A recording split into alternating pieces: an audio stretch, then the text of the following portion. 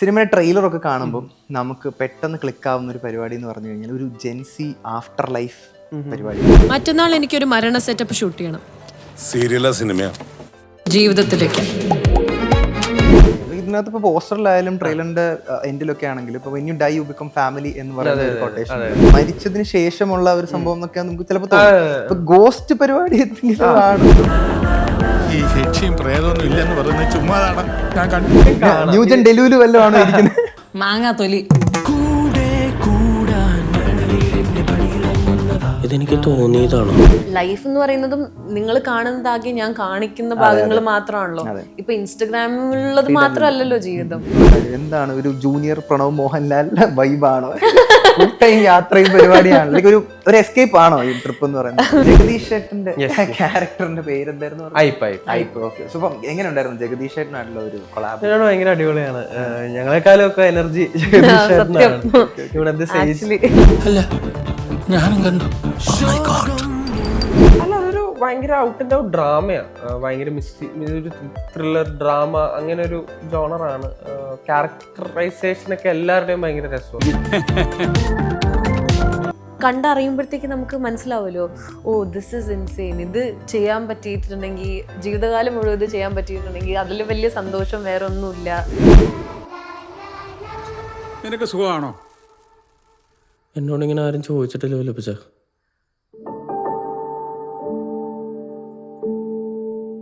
സിനിമാത്തേക്കിൻ്റെ എല്ലാ പ്രേക്ഷകർക്കും സ്വാഗതം. അപ്പോൾ സിനിമാ ലോകത്തെ ഏറ്റവും പുതിയ വിശേഷമായിട്ടുള്ള സുഖമാണോ എന്ന സിനിമയുടെ പ്രധാന വേഷങ്ങൾ അവതരിപ്പിച്ചുള്ള രണ്ടുപേരാണ് നമ്മോടൊപ്പം ഒന്ന് ചെയ്യുന്നത്. നമുക്ക് സ്വാഗതം ചെയ്യാം. അവർ ഗൈസ്, താങ്ക് യു. സിനിമയുടെ ട്രെയിലറൊക്കെ കാണുമ്പോൾ നമുക്ക് പെട്ടെന്ന് ക്ലിക്ക് ആവുന്ന ഒരു പരിപാടി എന്ന് പറഞ്ഞു കഴിഞ്ഞാൽ ഒരു ജെൻസി ആഫ്റ്റർ ലൈഫ് പരിപാടിയാണ്. ശരിക്കും എന്താണ് സിനിമ? അത് തന്നെയാണോ? അല്ല, ജെൻസി ആഫ്റ്റർ ലൈഫ് ഒന്നുമല്ല. ബേസിക്കലി ഭയങ്കര ചെറിയൊരു പ്ലോട്ടാണ് സിനിമ. ഭയങ്കര ചെറിയ ലൈറ്റ് ഹാർട്ടഡ് ഫിലിമാണ്. നമ്മളങ്ങനെ വലിയ ഭീകര ട്വിസ്റ്റുകളോ ടേണുകളോ ഒന്നും ഇല്ലാത്തൊരു സിനിമയാണ്. പിന്നെ എന്തിനാ കാണുന്നത് വെച്ചാൽ അങ്ങനെ പറയരുത്. അല്ലല്ല, ബേസിക്കലി എന്താന്ന് വെച്ചാൽ ഞങ്ങള് മൂന്നുപേര്, ഇപ്പൊ ദേവിക, ഞാൻ, ജഗദീഷ് ചേട്ടൻ, ഞങ്ങൾ മൂന്നുപേരും ചെയ്യുന്ന ക്യാരക്ടേഴ്സ്, ഐപ്പ്, ജഗദീഷ് ചെയ്യുന്ന ക്യാരക്ടർ ഐപ്പ്, ഞാൻ ചെയ്യുന്ന തിയു, ദേവിക ചെയ്യുന്ന ചാരു. ഇവരുടെ മൂന്നുപേരുടെയും ലൈഫും അതിലുണ്ടാവുന്ന കാര്യങ്ങളെയും പറ്റിയാണ് സിനിമ. അതാണ് സിനിമയുടെ ഒരു കഥ. അവരുടെ ലൈഫിൽ എന്തൊക്കെ നടക്കുന്നു.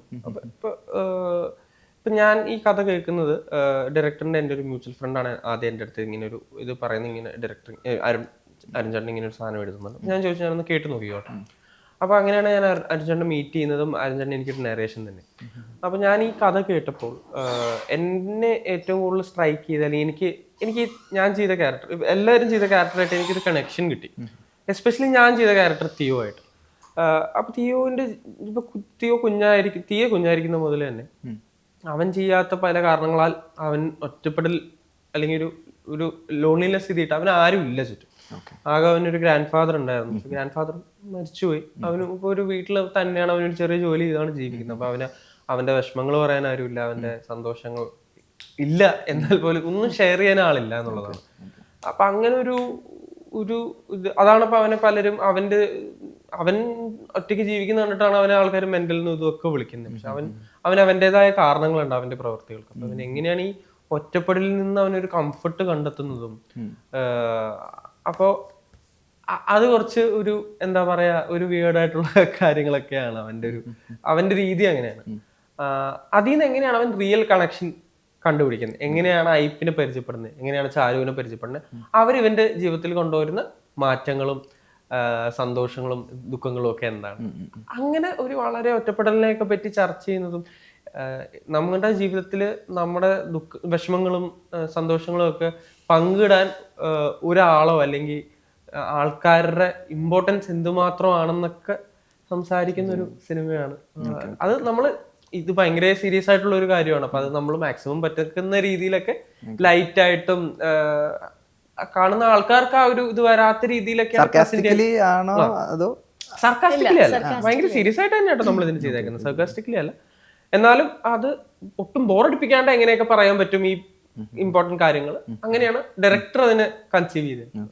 ഇതിനകത്ത് ഇപ്പൊ പോസ്റ്ററിലായാലും ട്രെയിലറിന്റെ എൻഡിലൊക്കെ ആണെങ്കിലും ഇപ്പൊ when you dye you become family എന്ന് പറയുന്ന ഒരു കൊട്ടേഷൻ, സോ അത് നമുക്ക് ഭയങ്കരമായിട്ട് സ്ട്രൈക്ക് ചെയ്യും. ചിലപ്പോൾ നമുക്ക് നമ്മൾ ഈ മരിച്ചതിന് ശേഷമുള്ള ഒരു സംഭവം എന്നൊക്കെ നമുക്ക് ചിലപ്പോൾ ഗോസ്റ്റ് പരിപാടി എന്തെങ്കിലും ആണോ?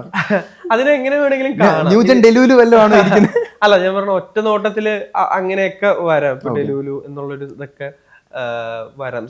സർവൈവ് ഇറങ്ങിയപ്പോഴും ഞാൻ അതായിരുന്നു അങ്ങനത്തെ ഒരു കണക്ഷൻ അവിടെ തോന്നുന്നു. പക്ഷെ ഇതിന് പ്ലേസ് ചെയ്തേക്കുന്ന സിനിമയിൽ പ്ലേസ് ചെയ്ത കുറച്ചും കൂടെ വേറൊരു രീതിയിലാണ്. അപ്പൊ നമ്മൾ അതിനൊരു ഡീറ്റെയിലിംഗ് കൊടുത്തിട്ടില്ല, ഇത് എന്തുകൊണ്ട് അതിങ്ങനെ സംഭവിക്കണേന്ന്. അപ്പൊ നിങ്ങൾക്ക് അത് ഡെലിവറി ആയിട്ട് എടുക്കാം, ഈ ഞാൻ ചെയ്യുന്ന ക്യാരക്ടറിന്റെ ഒരു ഇമാജിനേഷൻ ആയിട്ട് എടുക്കാം, അല്ലെങ്കിൽ ശരിക്കും ഈ പറഞ്ഞ പോലെ മരിച്ചു കഴിഞ്ഞിട്ട് വന്ന കുറെ പേര് ഇവരായിട്ട് സംസാരിക്കും. അപ്പൊ ഇതിനെ എങ്ങനെ വേണമെങ്കിലും പെർസീവ് ചെയ്യാം. അത് കാണുന്ന ഓഡിയൻസിന് അവരുടെ ഇഷ്ടത്തിന് വിട്ടുകൊടുക്കാം എന്നുള്ള രീതിയിൽ ഒരു ഓപ്പൺ എൻഡഡ് ഇതായിട്ടാണ് നമ്മൾ അതിനെ പ്ലേസ് ചെയ്തേക്കുന്നത്. അതാണ് ഈ സിനിമയുടെ ഒരു ഫാന്റസി എലമെന്റ് പോകുന്നത്. ജെൻസി കോഡഡ് ഗോസ്റ്റ് അങ്ങനെ ഒരു സംഭവമില്ല. അങ്ങനെ നമ്മൾ ഇതിനെ ടാഗ് ചെയ്യാൻ ജെൻസി എന്ന് പറയുന്ന കാറ്റഗറി അങ്ങനെ ടാർഗറ്റഡേ അല്ല, പടവേ അങ്ങനെ ടാർഗറ്റഡ് അല്ല. എല്ലാവർക്കും റിലേറ്റ് ചെയ്യാൻ പറ്റണ്ട, അല്ലെങ്കിൽ ഈ ഞാൻ പറഞ്ഞ സിനിമ റിലേറ്റ് ചെയ്യാൻ പറ്റണം എന്നല്ല, ഈ ക്യാരക്ടേഴ്സ് കടന്നു പോകുന്ന വിഷമങ്ങള് അല്ലെങ്കിൽ അത് മനസ്സിലാക്കാൻ നമുക്ക് പറ്റുമെന്നാണ് ഞാൻ. ഇപ്പം ലൈക്ക് ഒരു വൺലൈൻ പറയുകയാണെങ്കിൽ ഇപ്പൊ മാത്യുവിന്റെ ഉള്ളിൽ മാത്രം നടന്നു പോകുന്ന കുറെ സിറ്റുവേഷൻസ് അത് അങ്ങനെ വേണമെങ്കിൽ പറയാം. അതെ, ബേസിക്കലി പറയുകയാണെങ്കിൽ അങ്ങനെയും ആവാം. അതെ അതെ, ഇവന്റെ ഉള്ളിൽ അങ്ങനെ ആവാം. അല്ല, അതിനെ എങ്ങനെ വേണമെങ്കിലും എടുക്കാം. ബേസിക്കലി പറയുകയാണെങ്കിൽ ഇവൻ തിയോ എന്ന് പറഞ്ഞൊരു ക്യാരക്ടർ എങ്ങനെയാണ് ശരിക്കും ഒരു റിയൽ ഒരു അവനും ഇഷ്ടപ്പെടുന്ന ആൾക്കാരായിട്ട് കണക്ട് ആവുന്ന എന്നുള്ളൊരു സിനിമയാണ്. ദേവികയുടെ എനിക്ക് തോന്നുന്നു നമ്മൾ ഇതുവരെ കാണാത്ത കുറച്ച് ബോൾഡ് ആണ് മുമ്പ് വന്നിട്ടുണ്ടെന്ന് തോന്നുന്നു. പക്ഷെ ലൈക്ക് ആ ഫസ്റ്റ് ട്രെയിലറിന്റെ ഫസ്റ്റ് തന്നെ വരുന്ന സംഭവം എന്ന് പറയുന്നത് എനിക്കൊരു മരണം പ്ലാൻ ചെയ്യണം എന്ന് പറയുന്നതാണ്. ലൈക്ക് അപ്പൊ അത് ഭയങ്കര പെക്യുലർ ആയിട്ട് തോന്നി, അങ്ങനത്തെ ഒരു ഡയലോഗും. സോ അതിന്റെ ഒരു സംഭവം എന്താണ്? പെക്യുലർ ആണ് ക്യാരക്ടർ. പെക്യുലർ ഫ്രീക്കാണോ? ഫ്രീക്കാണ്. ഫ്രീക്ക് എന്ന് പറയുന്നത് ചിലപ്പോൾ റോങ് ടെർമിനോളജി ആയിരിക്കും. കുറച്ച് അൺകൺവെൻഷണൽ ആണ്, മോർ ദൻ എനിത്തിങ് അൺകൺവെൻഷണൽ ആഗ്രഹങ്ങളും മോട്ടീവ്സും ഒക്കെയാണ്. അവൾ അവിടെ എന്തുകൊണ്ട് എത്തി, എന്താണ് റീസൺ എന്നുള്ളത് വേറെ കാര്യം, എന്താണ് നമുക്ക് വേണ്ടത് എന്നുള്ളത് വേറൊരു കാര്യം. പക്ഷെ അങ്ങനെ ഫ്രീക്ക് സൈക്കോ അങ്ങനെയൊന്നുമല്ല, അൺകൺവെൻഷണൽ. അവള് ജീവിത സാഹചര്യം കൊണ്ട് അവള് ചില ഡിസിഷൻസ് എടുത്തിട്ട് വരുവാണ്. അത് പക്ഷെ at the end of the day എല്ലാവർക്കും വേണ്ടത് എന്താ? ബിലോങ്ങിങ്. നമുക്ക് ഇഷ്ടമുള്ള ആൾക്കാരെ കൂടെ ഉണ്ടാവാൻ വേണ്ടി, ഇഷ്ടമുള്ള ആൾക്കാർ ചുറ്റും ഉണ്ടാവാൻ വേണ്ടി. ആ ഒരു കാര്യമാണല്ലോ. ഏത് സിറ്റുവേഷനിലാണെങ്കിൽ നമ്മളുടെ ഇഷ്ടമുള്ള ആൾക്കാർ ചുറ്റും ഉണ്ടെങ്കിൽ അത് കൂടുതൽ സ്പെഷ്യൽ ആവും. എന്ത് സിറ്റുവേഷൻ ആണെങ്കിലും, ലിറ്ററലി എന്ത് സിറ്റുവേഷൻ ആണെങ്കിലും. അപ്പം ആ ഒരു കോൺസെപ്റ്റിന് റിവോൾവ് ചെയ്തുകൊണ്ടാണ് എല്ലാം. എവിടെയൊക്കെയോ ആലോചിച്ച് പോയെന്ന് തോന്നുന്നില്ല. ബിലോങ്ങിങ് ഒക്കെ പറഞ്ഞപ്പോഴത്തേന് എവിടെയൊക്കെയോ എത്തിയെന്ന് തോന്നുന്നില്ല. നമ്മൾ ഒരുപാട് കേൾക്കാൻ ആഗ്രഹിക്കുന്ന എന്നാൽ അത്ര ഫ്രീക്വന്റ് ആയിട്ട് കേൾക്കാത്തൊരു കാര്യമാണ് എടാ സുഖമാണോ, ഐ ഓൾ റൈറ്റ് എന്ന് പറയുന്ന ഒരു സംഭവം. പക്ഷെ അത് തന്നെയാണ് സിനിമയുടെ ടൈറ്റിൽ. ലൈക്ക് അതെന്താണ് അതിന്റെ ഒരു ഐഡിയ എന്ന് പറയുന്നത്? നമ്മൾ ഷൂട്ട് ചെയ്യുമ്പോൾ ആക്ച്വലി ടൈറ്റിൽ ഉണ്ടായിരുന്നില്ല. അവരൊരു ഫിക്സ്ഡ് ഒരു ടൈറ്റിൽ ഇട്ട് അവർക്ക് എല്ലാവർക്കും ഡയറക്ടറിനും പ്രൊഡക്ഷനും ഒക്കെ ഓക്കെ എന്ന് തോന്നുന്നൊരു ടൈറ്റിൽ ഇട്ട് എത്തിയിട്ടുണ്ടായിരുന്നു. പിന്നെയാണ് എനിക്ക് തോന്നുന്നു ഫസ്റ്റ് ഒരു എഡിറ്റ് ഒക്കെ കഴിഞ്ഞിട്ടാണ് സുഖമാണെന്നൊരു ടൈറ്റിൽ ഇട്ട് വരുത്തുന്നത്. അപ്പോൾ ഡയറക്ടർ ഇതിനെ കൺസീവ് ചെയ്തേക്കുന്ന ഒരു രീതി എന്ന് പറഞ്ഞാൽ first half of the film ഈ 3 ക്യാരക്ടേഴ്സിന്റെ അടുത്തും സുഖമാണോ എന്ന് ചോദിക്കാൻ ആരുമില്ല. പിന്നെ ഇവർക്ക് സുഖമാണ് എന്ന് പറയാൻ ആൾക്കാരും അത് ചോദിക്കാൻ ആൾക്കാരും, അതാണ് ഒരു second half of the film. അങ്ങനെ ഒരു ഇത്. പിന്നെ ഇപ്പൊ ഈ ട്രെയിലറിൽ ലാസ്റ്റ് പറയുന്ന പോലെ എന്റെ ക്യാരക്ടറിന്റെ അടുത്ത് ജോർജ് സർ ചോദിക്കുന്നുണ്ട് ഇങ്ങനെ സുഖാണോടാ തീയോ എന്ന് ചോദിക്കുമ്പോ എന്റെ അടുത്ത് ഇതുവരെ അങ്ങനെ ആരും ചോദിച്ചിട്ടില്ല എന്നുള്ളതാണ് പറയുന്നത്. അപ്പൊ ചിലപ്പോ അവന്റെ അടുത്ത് അങ്ങനെ ആരെങ്കിലും ഒക്കെ നേരത്തെ ചോദിച്ചായിരുന്നെങ്കിൽ ഇവന് ഇത്തരം പ്രശ്നങ്ങൾ ഉണ്ടാവുക അല്ലെങ്കിൽ ഇവന് ഇത്തരം ഒറ്റപ്പെടൽ ഉണ്ടാവില്ലായിരിക്കും, ഇവന് സംസാരിക്കാൻ ഒരാളുണ്ടായിരുന്നു. അപ്പൊ അങ്ങനത്തെ ആൾക്കാരെ ഫൈൻഡ് ചെയ്യാ, നമുക്ക് നമ്മളാവാൻ പറ്റുന്ന അല്ലെങ്കിൽ നമ്മളെ മനസ്സിലാക്കുന്ന ആൾക്കാരെ ഫൈൻഡ് ചെയ്യപ്പോ അങ്ങനെ. അപ്പൊ ഈ സിനിമയിൽ ത്രോട്ട് ഈ ക്വസ്റ്റ്യൻ വാലിഡ് ആണെന്ന് തോന്നുന്നു. ലൈഫിൽ ഇങ്ങനെ അത്രയും ഒരു സെറ്റ് ബാക്ക് നിൽക്കുന്ന സമയം അല്ലെങ്കിൽ അങ്ങനെ അത്രയും ഡിപ്രസ് ആയിട്ട് നിൽക്കുന്ന സമയം ചിലപ്പോൾ ഫ്രണ്ട്സിനായിരിക്കും നമ്മളെ ഒന്ന് ഒരു ഹെൽപ്പിംഗ് ഹാൻഡ് എന്നൊക്കെ പറഞ്ഞ് നമുക്ക് വരാൻ പറ്റും. ലൈക്ക് അത്തരത്തിലുള്ള ഫ്രണ്ട്സ് ഇൻഡസ്ട്രിക്കകത്ത് പുറത്തോ ഉണ്ട് ഡെഫിനറ്റ്ലി. ഭയങ്കര ഞാൻ ഈ സിനിമ കേൾക്കുമ്പോഴൊക്കെ ഞാൻ ആലോചിക്കുന്ന ഏറ്റവും വലിയൊരു കാര്യം എന്ന് വെച്ചാൽ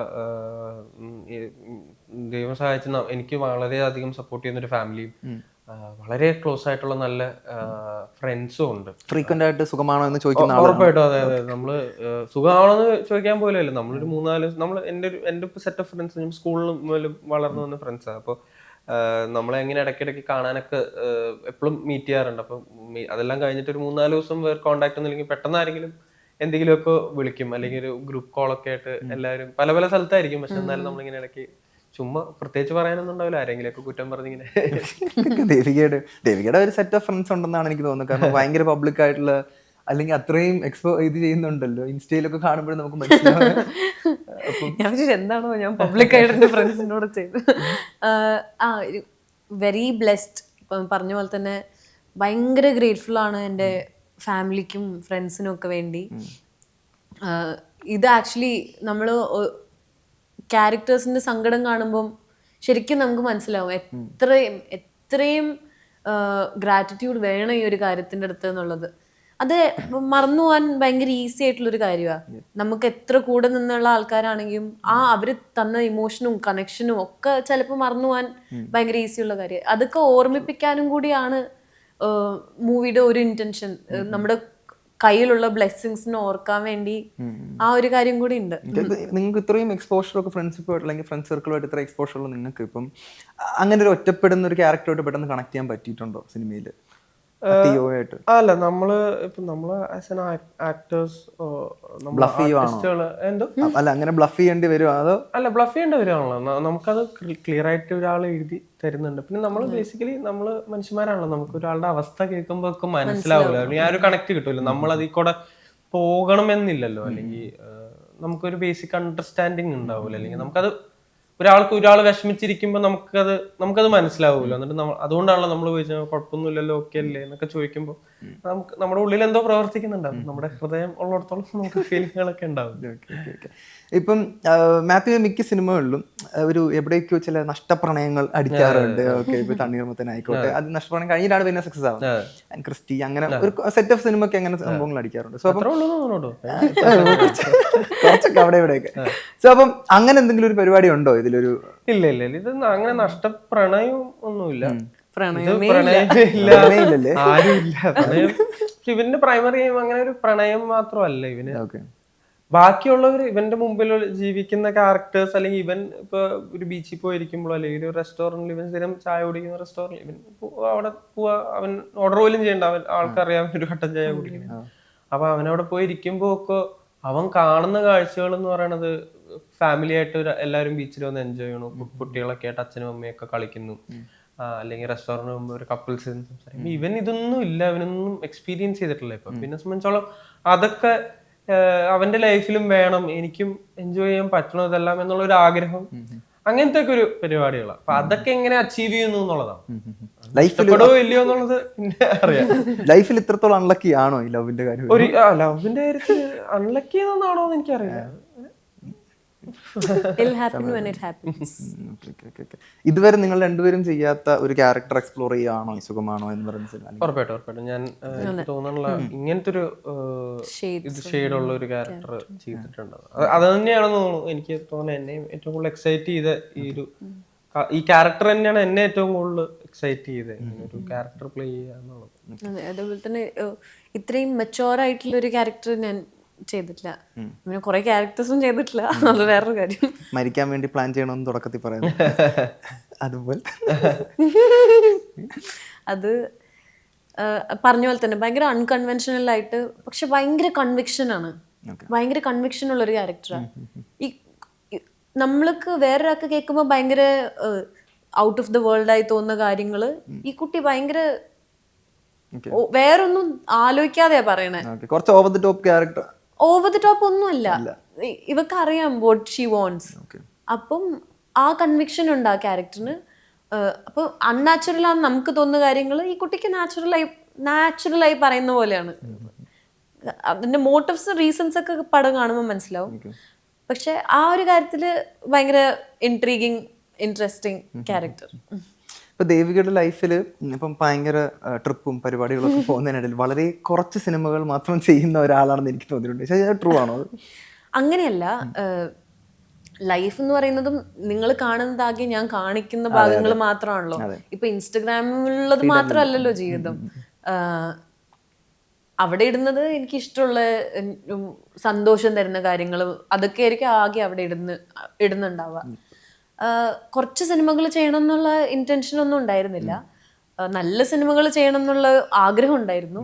പിന്നെ ഞാൻ പഠിച്ചുകൊണ്ടിരിക്കുമ്പോഴാണ് ഞാൻ പ്രകാശൻ 10th പഠിക്കുമ്പോൾ ഞാൻ പ്രകാശൻ 2018 ഞാൻ പ്രകാശൻ. അത് കഴിഞ്ഞ് പിന്നെ 12th ഒക്കെ കഴിഞ്ഞ് അപ്പോഴത്തേക്കും മകൾ ചെയ്തു. പിന്നെ കോവിഡൊക്കെ ആയി, ആ ബ്രേക്ക് വന്നു. പിന്നെ കോളേജും അതും ഇതൊക്കെ ആയി. എഡ്യൂക്കേഷന് ഇമ്പോർട്ടൻസ് ഇല്ല എന്ന് എനിക്ക് ഒരിക്കലും ചിന്തിക്കാൻ പറ്റാത്തൊരു കാര്യമാണ്. അപ്പം എന്തായാലും പഠിച്ച് അതിൻ്റെ കൂടെ ചെയ്യുന്നത് ചെയ്യുക എന്നുള്ളൊരു ഇതേ ഉണ്ടായിരുന്നുള്ളൂ. പിന്നെ ചെയ്യുന്നുണ്ട് പടം. ഇപ്പം അതിൻ്റെ ഇടയിൽ കത്തനാർ ചെയ്തു. പിന്നെ ഇതും നമ്മൾ ആക്ച്വലി ഷൂട്ട് ചെയ്തിട്ട് കുറച്ച് നാളായി. അത് അപ്പം ചെയ്തത് വരാനുള്ളൊരു ഡിലേ കൊണ്ട് കുറേ കൂടെ വലിയൊരു ബ്രേക്കാണ് എന്നുള്ളൊരു ഒരു തോന്നൽ അതിലുണ്ട്. കാരണം ഇപ്പം കത്തനാർ ഞാൻ UG 3rd year 2nd year കഴിഞ്ഞ പാടെങ്ങനെ സ്റ്റാർട്ട് ചെയ്തത്.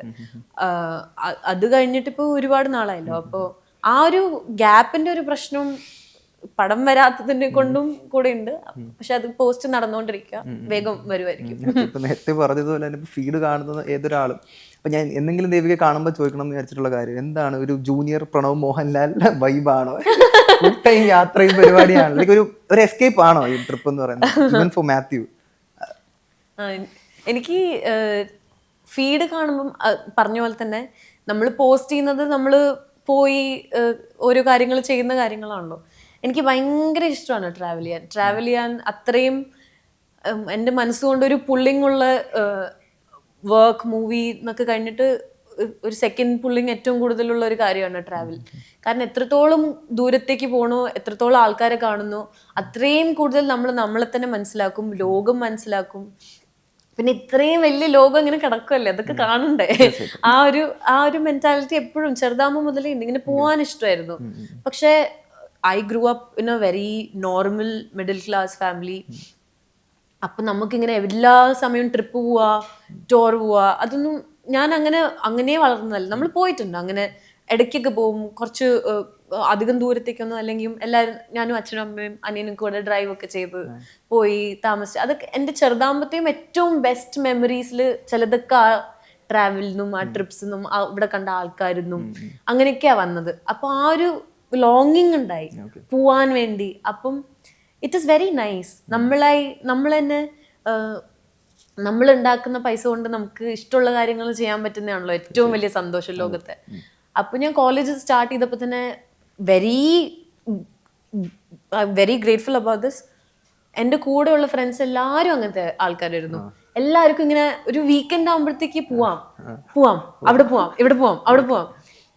ആക്ച്വലി ഒരു തവണ നമ്മൾ മാസ്റ്റേഴ്സ് ചെയ്യുമ്പോൾ ഒരു മിഡ് സെമസ്റ്റർ എക്സാമിന്റെ സമയത്ത് അറ്റൻഡൻസ് ഇല്ലെങ്കിൽ എക്സാം എഴുതാൻ പറ്റൂല. അത് പിന്നെ എഴുതണം, പൈസ കൊടുത്ത് പിന്നെ എഴുതണം. ഞാൻ ഷൂട്ടിന് വന്ന് എനിക്ക് അറ്റൻഡൻസ് ഇല്ല, എൻ്റെ ഫ്രണ്ട്സിന് അല്ലെങ്കിലേ അറ്റൻഡൻസ് ഇല്ല. അപ്പൊ നമ്മളൊരു 4 പേര് മിഡ് സെം നടന്നുകൊണ്ടിരിക്കുക, ബാക്കി എല്ലാവരും എക്സാം എഴുതാൻ പോണ സമയത്ത് നമ്മൾ ട്രിപ്പ് പോയി ചിക്കമംഗ്ലൂർ, അങ്ങനെ വലിയ സ്ഥലങ്ങളിലൊന്നും അല്ലെങ്കിൽ ഓവർനൈറ്റ് ഒക്കെ പോയി വരാൻ പറ്റുന്ന പോലത്തെ സ്ഥലം എവിടെയാണെങ്കിലും എനിക്ക് ഫ്രണ്ട്സിന്റെ കൂടെയും ഒറ്റയ്ക്കൊക്കെ പോവാനാണ് ഏറ്റവും ഇഷ്ടം. അതെ. അപ്പൊ പോകുന്ന സമയത്തൊക്കെ ഈ ക്രൗഡൊന്നും അങ്ങനത്തെ പ്രശ്നമൊന്നും അങ്ങനെ ജീവിതത്തിലും അങ്ങനെ പ്രശ്നമൊന്നുമില്ല, എവിടെ പോയാലും പ്രശ്നമൊന്നുമില്ല. എനിക്കത്ര ഫാൻസ് ഇല്ല. ഇല്ല, അങ്ങനെയല്ലല്ലോ. എനിക്ക് തോന്നുന്നു ഇപ്പം ചോദിക്കുമായിരുന്നു, ക്രൈസ്റ്റിൽ പഠിച്ചുകൊണ്ട് കുറെ മലയാളികളൊക്കെ ഇല്ലേ, ഭയങ്കര ബുദ്ധിമുട്ടാണോ?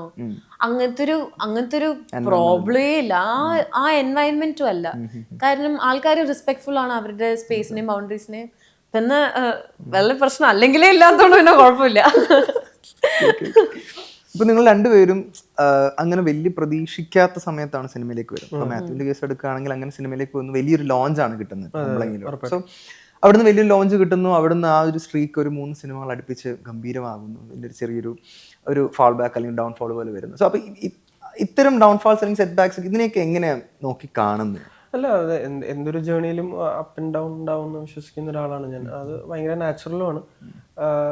എൻഡ് ഓഫ് ദ ഡേ എന്തൊക്കെ ഡൗൺഫോൾ ആണെങ്കിലും നമ്മൾ ഇഷ്ടത്തോടെ ചെയ്ത കാര്യങ്ങൾ തന്നെയാണ്. ഒന്നും ഞാൻ അല്ലെങ്കിൽ എനിക്ക് ഇഷ്ടമല്ലാണ്ട് ചെയ്ത കാര്യങ്ങളൊന്നും അല്ല. അപ്പൊ എനിക്ക് അങ്ങനെ വലിയ ബുദ്ധിമുട്ടുകളൊന്നുമില്ല. ഈ പറഞ്ഞ പോലെ നമ്മളെപ്പോഴും ഞാൻ എന്തൊക്കെ സെറ്റ് ബാക്കുകളോ ഇനി നല്ല കാര്യങ്ങളോ ഇപ്പൊ എന്താണെങ്കിലും അത് നല്ല എന്താ പറയാ ഹിറ്റ് ആണെങ്കിലോ ഫ്ലോപ്പ് ആണെങ്കിലോ വാട്ട് എവർ ദാറ്റ് ഇസ്, നമ്മുടെ മോട്ടീവ് എപ്പോഴും നമ്മൾക്ക് പറ്റുന്ന മിസ്റ്റേക്കിൽ നിന്ന് പഠിക്കുക, അടുത്തത് ഏറ്റവും ബെറ്റർ ആയിട്ട് ചെയ്യാൻ ശ്രമിക്കുക. അത് എപ്പോഴും ത്രൈവിങ് ആണ്. ഇപ്പം ഞാൻ പറയണ എനിക്ക് എന്തൊക്കെ വിജയങ്ങൾ മാത്രം വന്നുകൊണ്ടിരുന്നാൽ പോലും എൻ്റെ ഗോൾ എന്ന് പറയുന്നത് ഞാൻ ചെയ്തതിനേക്കാളും ബെറ്റർ ആയിട്ട് ചെയ്യാൻ ശ്രമിക്കുക, എൻ്റെ ക്രാഫ്റ്റ് ബെറ്റർ ആക്കിക്കൊണ്ടിരിക്കാൻ പറ്റുന്ന അത്രയും കാര്യങ്ങൾ മനസ്സിലാക്കുക, പഠിക്കുക. ഇത് അങ്ങനെ നമുക്ക് പഠിച്ചു തീരാൻ പറ്റുന്ന ഒരു സാധനമല്ല. നമുക്ക് എക്സ്പീരിയൻസിൽ നിന്ന് വരുന്ന കുറെ കാര്യങ്ങളുണ്ട്, മനസ്സിലാക്കുന്ന കാര്യങ്ങളുണ്ട്. അപ്പൊ ചിലപ്പോൾ നമുക്ക് ഇന്ന് മനസ്സിലാവുന്ന ഒരു കാര്യം നമുക്ക് അപ്ലൈ ചെയ്യാൻ പറ്റണമെന്നില്ല, അത് ചെയ്തേ വരുത്തുള്ളൂ. അപ്പൊ അങ്ങനെ ഭയങ്കര രസമാണ്. അപ്പൊ അത് ചെയ്തോണ്ടിരിക്കുക, അതിൽ സന്തോഷം. എനിക്ക് ഏറ്റവും കൂടുതൽ സന്തോഷം കിട്ടുന്നത് പടം വിജയിക്കുമ്പോ ഒക്കെ ഭയങ്കര ഹാപ്പിയാണ്.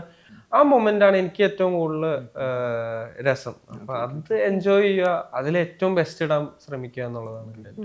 ആ വീഡിയോ കണ്ടിട്ടുണ്ടോ? Everything is a win if your goal is to experience. Literally. നമ്മുടെ ഇവിടുത്തെ ഒരു ഓഡിയൻസിന്റെ ഒരു പരിപാടി വെച്ചിട്ട് ഇപ്പം അൾട്ടിമേറ്റ്ലി ഒരു സിനിമയുടെ എൻറ്റയർ പ്രഷർ കൊണ്ടുവെക്കുന്ന ഒരു ഹീറോയുടെ മേളിലായിരിക്കും. സോ അപ്പൊ അങ്ങനത്തെ പ്രഷേഴ്സ് ഒക്കെ ഫേസ് ചെയ്യേണ്ടി വന്നിട്ടുണ്ട്? ഇല്ല, ഞാനെപ്പോഴും സിനിമേനെ ഒരു ടീം ഇതായിട്ട് തന്നെ കാണുന്നത്. എപ്പോഴും ഒരു ടീം എഫേർട്ട് തന്നെയാണ് സിനിമ.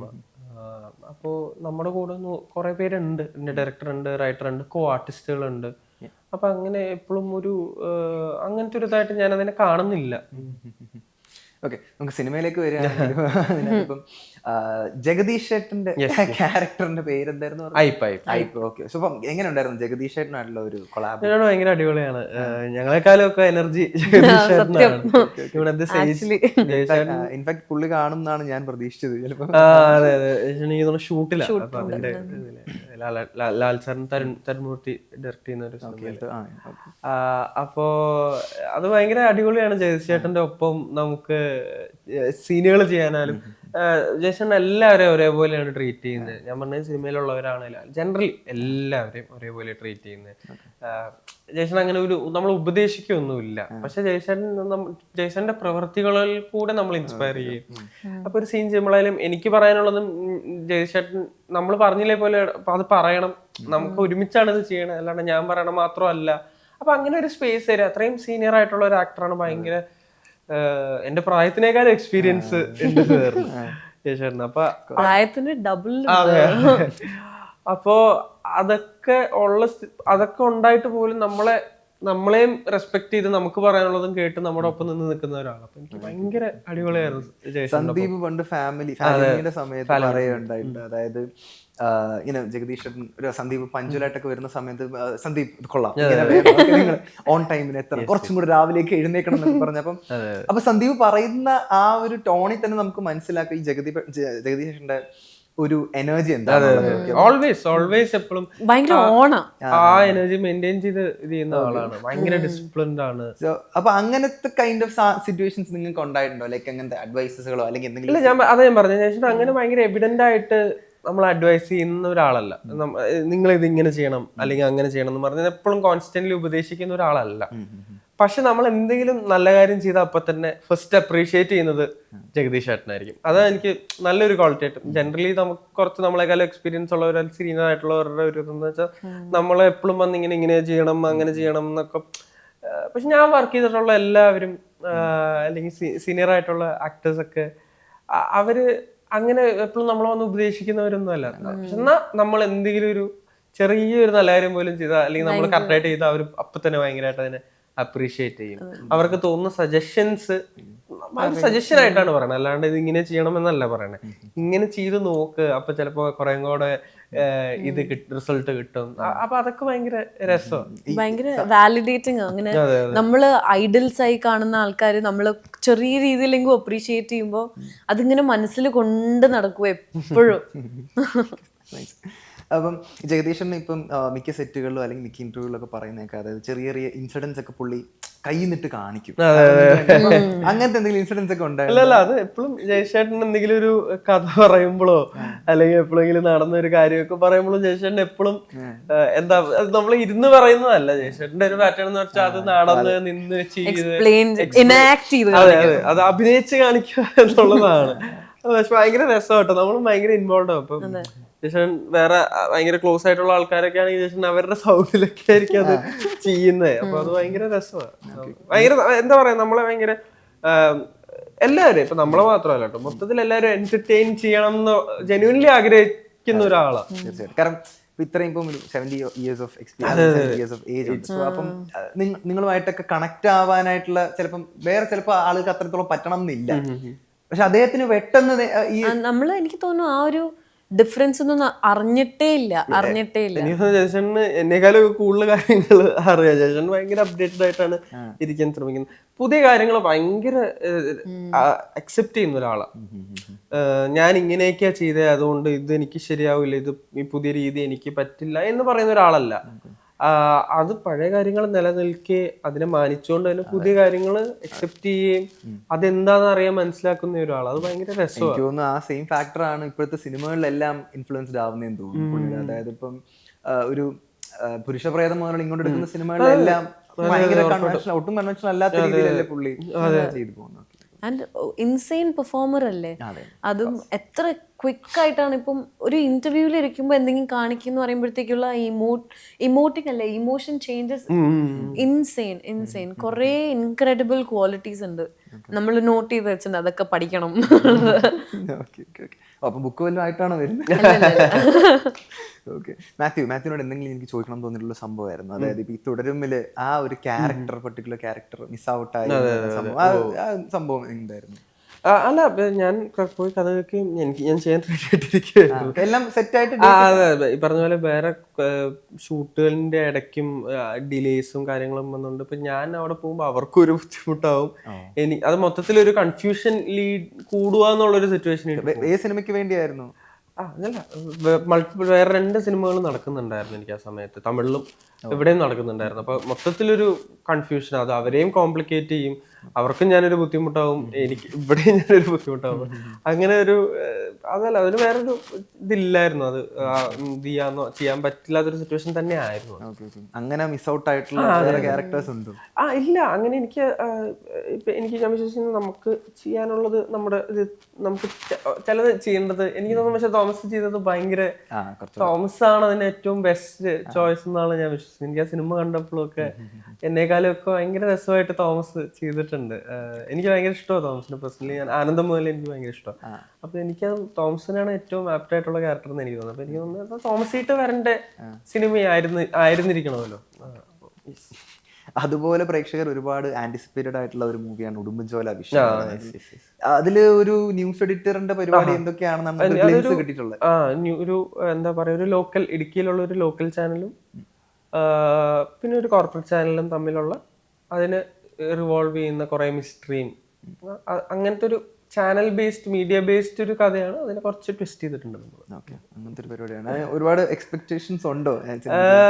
അല്ല, അതൊരു ഭയങ്കര ഔട്ട് ആൻഡ് ഔട്ട് ഡ്രാമയാണ്. ഭയങ്കര ഒരു ത്രില്ലർ ഡ്രാമ അങ്ങനെ ഒരു ജോണറാണ്. ക്യാരക്ടറൈസേഷൻ ഒക്കെ എല്ലാവരുടെയും ഭയങ്കര രസമാണ്. ഒരു കമ്മിങ് ഓഫ് ഏജ് പോലത്തെ അല്ല, കമ്മിങ് ഓഫ് ഏജ് അല്ല, ഒരു ക്യാരക്ടർ ഡ്രിവൻ പരിപാടിയാണ്. ഒരു എന്താ, ജീവിതത്തിൽ അച്ചീവ് ചെയ്യണം, അത് നേടിയെടുക്കണം എന്ന്, അതിനെന്തും ഞാൻ ചെയ്യും എന്ന് ഉള്ള ഒരു ക്യാരക്ടറാണ്. അപ്പൊ അവന്റെ ഗോൾസ് അച്ചീവ് ചെയ്യാൻ അവൻ ഏതൊക്കെ എക്സ്ട്രീം വരെ പോകുന്നു എന്നുള്ളതാണ്. അതിന്റെ ഉള്ളിൽ നിന്ന് അവൻ എന്തൊക്കെ ചെയ്യുന്നു, എന്തൊക്കെ കണ്ടെത്തുന്നു, അവൻ അതിന് എന്തുമാത്രം റിസ്ക് എടുക്കാൻ തയ്യാറാണ്. അപ്പൊ അതൊക്കെയാണ് അത് കുറച്ച് ട്വിസ്റ്റ് ചെയ്തിട്ടുണ്ട്. മാത്യു ഇതിന് മുൻപ് ഒരു കഥ കേട്ടിട്ട് ഓക്കെ ഇതെനിക്ക് ചെയ്യണം, സെറ്റാണ് എന്ന് പറഞ്ഞ സംഭവം, അല്ലെങ്കിൽ ഫുൾ ഓൺ ആയിട്ട് നിൽക്കുന്ന സംഭവം അൺഫോർച്ചുനേറ്റ്ലി ചെയ്യാൻ പറ്റില്ല, പക്ഷെ ആ സംഭവം സ്ക്രീനിൽ വന്നതിന് ശേഷം അത് അത്ര നമ്മൾ കണ്ട പോലെ എക്സ്പെക്ടേഷൻ കീപ്പ് ചെയ്യാൻ പറ്റില്ല എന്ന് തോന്നിയിട്ടുള്ള സംഭവം ഉണ്ടോ? ഇല്ല, അങ്ങനെയൊന്നും തോന്നിയിട്ടില്ല. അങ്ങനെ സംഭവം ഇല്ല. ദേവിക എന്താണ് ഒറ്റയ്ക്കിരിക്കുന്നത്? 2018 ശേഷം, അപ്പം ഓവർ ദ ഇയേഴ്സ് സിനിമയിൽ വന്നതിന് ശേഷം കിട്ടിയിട്ടുള്ള ഏറ്റവും വലിയ ലെസൺ എന്തായിരിക്കും? Even for Mathew. ലെസൺ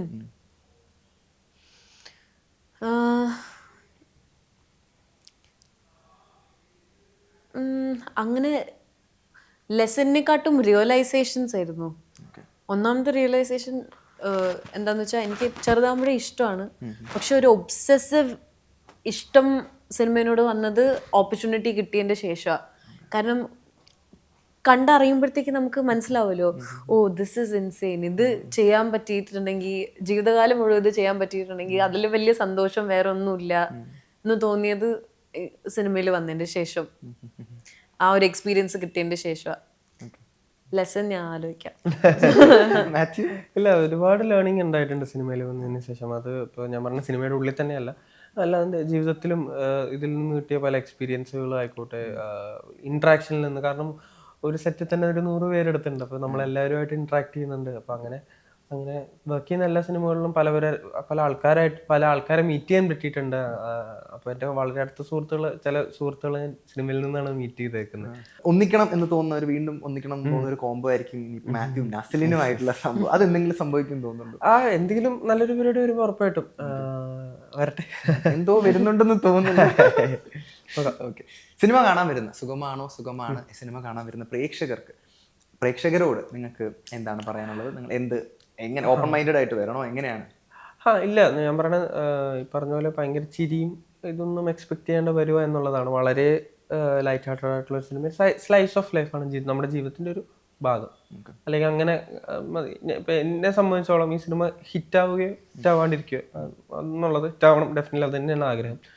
പക്ഷേ എന്നെ സംബന്ധിച്ചോളം ഈ സിനിമ നമ്മളിപ്പം നേരത്തെയൊക്കെ സംസാരിച്ച പോലത്തെ ആൾക്കാർക്കൊരു കണക്ഷൻ കിട്ടുവാണ് ആ ക്യാരക്ടറിനോട്, അല്ലെങ്കിൽ ആ ക്യാരക്ടറിനോട് അല്ലെങ്കിൽ ആ ക്യാരക്ടറായിട്ട് കണക്ട് ചെയ്യാൻ പറ്റുവാണെങ്കിലൊക്കെ നമ്മൾ പറയാൻ ഉദ്ദേശിക്കുന്ന വിഷയത്തിന്റെ ഒരു സീരിയസ്നെസ് ആൾക്കാർക്ക് മനസ്സിലായി. ലോൺലിനെസ്, അല്ലെങ്കിൽ നമ്മൾ വേറൊരാളുടെ അടുത്ത് നമുക്ക് ഓക്കെ അല്ലേ എന്ന് ചോദിക്കുക. ചിലപ്പോൾ അത് മതിയായിരിക്കും. നമ്മൾ ഒരു വിഷമിച്ചിരിക്കുന്ന ആളുടെ അടുത്ത് നമുക്ക് പോയി സംസാരിക്കാൻ, അല്ലെങ്കിൽ ആൾക്കാരുടെ വിഷമങ്ങൾ അനുസരിച്ച് നമുക്ക് ബിഹേവ് ചെയ്യാൻ പറ്റുവാണെങ്കിൽ, അങ്ങനത്തെ കാര്യങ്ങൾക്കൊക്കെ ഒരു റിയലൈസേഷനും നമ്മൾ എന്തുമാത്രം ബ്ലെസ്ഡ് ആണ് നമ്മുടെ ഫാമിലിയിൽ, അങ്ങനത്തെ ഒക്കെ ഒരു റിയലൈസേഷൻ കിട്ടിയാൽ തന്നെ നമ്മൾ ഉദ്ദേശിക്കുന്ന സാധനം കൺവേ ചെയ്യുന്നു.